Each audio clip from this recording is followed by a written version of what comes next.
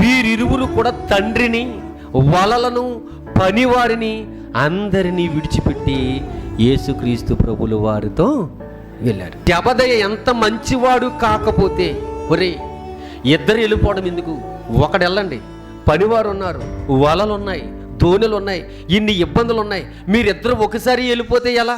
ఒకరు వెళ్ళండి, ఒకరు ఉండండి, లేకపోతే తర్వాత వస్తారులేండి, చాలా పనులు మాకు ఉన్నాయి అని చెప్పి యేసుక్రీస్తు ప్రభువుని పంపించేయచ్చు. కానీ ఏమండి, ఆ ఇద్దరు కుమారుల్ని జబదయ్య ఏం చేశాడు తెలుసండి? విడిచిపెట్టేశాడు. ఎందుకు విడిచిపెట్టాడు అంటే జబదయ్యకి తెలియదా?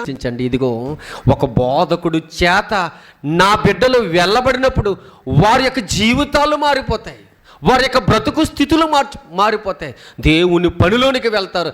ఈ వలలు, ఈ దోణులు, ఈ లోకంలోని ఇదిగో నిత్యత్వానికి వెళ్ళాలంటే రక్షకుడు చెంత నా కుమారులు ఉండాలని